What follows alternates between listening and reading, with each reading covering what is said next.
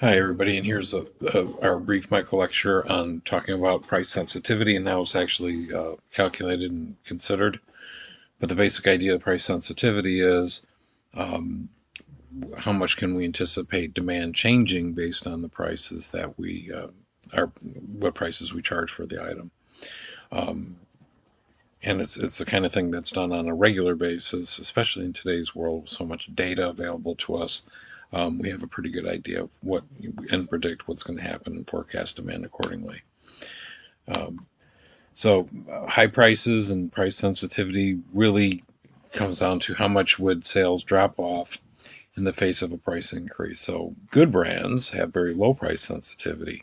Um, People are loyal to them and are not as sensitive to price changes. I'll use the example of Apple. They certainly um, charge a premium price for their products, and customers are willing to pay for it because they see the value of it.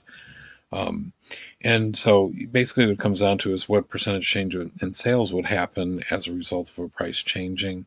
If we have a particularly sensitive product, they're going to change more dramatically than if we don't. Okay, so there's a couple ways of doing this. We can there's actually several ways of doing this, but we use existing price sensitivity estimates.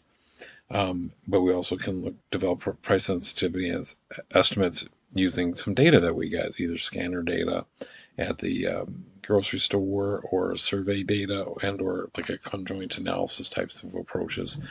And in today's e-commerce world, we actually use um, something called dynamic pricing, which allows us to test the sensitivity of the price of an item almost constantly. It's just amazing how rapidly you can do that. I'm not. I think it's pretty commonly used. I wouldn't say it's 100% used by retailers, but certainly e-commerce retailers. But um, certainly it's done on a regular basis to try to gain a sense of where is the optimal price for the item. Um, Scanner data is basically looking at we run experiments by changing the price of the item at any given point in time and just see what happens. And then we do a regression analysis. Let's not worry about the math of this. I'm not going to go through all that. But we use regression analysis, looking at previous sales, and see how close we come to what we predicted the demand curve would be over the time of the price change. We can also do sensitivity types of analysis when using surveys and things like that, just getting an idea of what people would buy at different price points for an item that they're very familiar with. And like I said, those things are done on a pretty regular basis.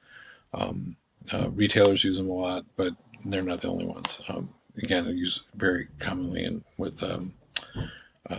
e-commerce. Okay, so price sensitivity is all about trying to predict what's going to happen with our target market, depending on what the price is, and so we get a real good sense of what we think, how they value our product in relationship to changes in our price points.